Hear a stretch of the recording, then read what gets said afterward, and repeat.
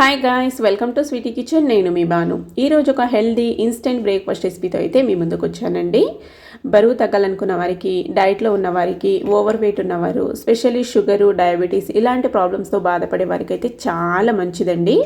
ముల్లంగి జొన్నపిండి కాంబినేషన్తో ఈ బ్రేక్ఫాస్ట్ అయితే ప్రిపేర్ చేసుకుంటున్నాం. కేవలం 10 నిమిషాలను ప్రిపేర్ చేసుకోవచ్చండి. అప్పటికప్పుడు ఇంట్లో ఎలాంటి దోసపిండి కానీ లేదంటే ఏం చేయాలని తోచినప్పుడు ఈ విధంగా జొన్నపిండితో ప్రిపేర్ చేసుకొని చూడండి. టేస్ట్ అయితే అద్భుతంగా ఉంటుంది.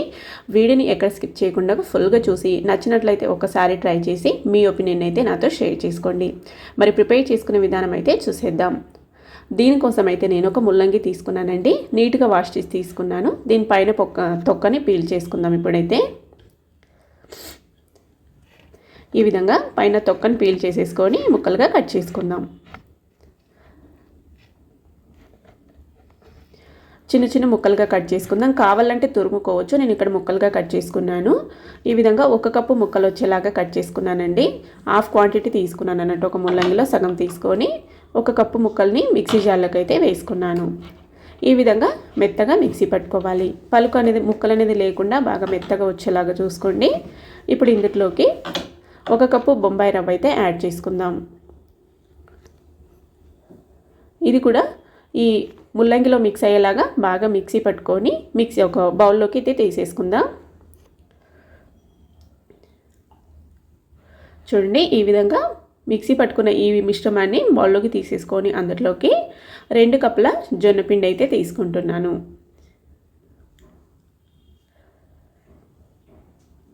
ఈ విధంగా 2 కప్పుల జొన్నపిండి తీసుకుంటే అందులోకి 1 కప్పు పెరుగు అయితే వేసుకోవాలి. చిక్కటి పెరుగు వేసుకుంటున్నానండి. మీరు మజ్జిగలాగా వేసుకునేటట్టుంటే 2 కప్పులు వేసుకుంటే సరిపోతుంది. నేను ఇక్కడ చిక్కటి పెరుగు వేసుకున్నా కాబట్టి 1 కప్పు వేసుకున్నాను. మొత్తం బాగా మిక్స్ చేసుకుందాం.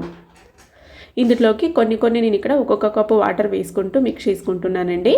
మొత్తం నేనైతే ఇక్కడ 4 కప్పుల వాటర్ అయితే తీసుకున్నాను అన్నట్టు. ఈ విధంగా కొన్ని వేసుకుంటూ మిక్స్ చేసుకున్నాను. అలాగైతే మనకి ఉండలు లేకుండా బాగా మిక్స్ అవుతుంది ఈ బ్యాటర్ అనేది.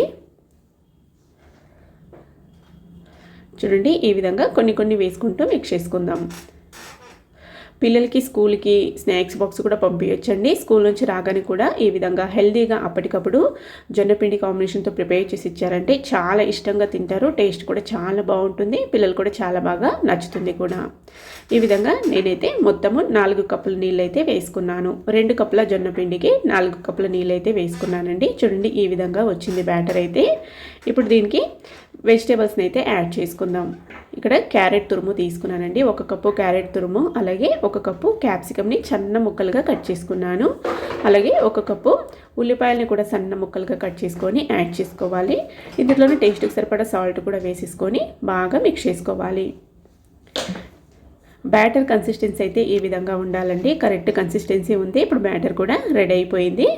ఇప్పుడైతే ఇంకా ప్రిపేర్ చేసేసుకోవడమే. దీన్ని పక్కన పెట్టుకోవాల్సిన అవసరం ఏం లేదు. ఇన్స్టెంట్గా ప్రిపేర్ చేసుకోవచ్చు. పొయ్యి మీద ఈ విధంగా నేనైతే ఫ్రై ప్యాన్ పెట్టుకున్నానండి. మీరు కావాలంటే పోపు గరిటె పెట్టుకోవచ్చు, లేదంటే దోశ ప్యాన్ ఉంటే దోశ ప్యాన్ కూడా పెట్టుకోవచ్చు. ఈ విధంగా ఫ్రై ప్యాన్ ఉంటే కూడా ఇది కూడా పెట్టుకోవచ్చు. అందులో కాస్త ఆయిల్ వేసుకొని నువ్వులు వేసేసుకుందాం. తర్వాత ఈ విధంగా కొద్దిగా బ్యాటర్ వేసుకోవాలి. ఫ్రై ప్యాన్లో ఫస్ట్ది లేవకపోయినా కూడా నెక్స్ట్ ఇంకా తర్వాత వేసుకున్నాయని బాగా ఈజీగా ఊడొచ్చేస్తాయండి. పైన మూత క్లోజ్ చేసుకొని ఈ విధంగా రెండో వైపు టర్న్ చేసుకొని అయితే కాల్చుకోవాలన్నట్టు. చూడండి, చాలా బాగుంటుంది. కలర్ఫుల్గా, టేస్ట్ కూడా అద్భుతంగా ఉంటుందండి.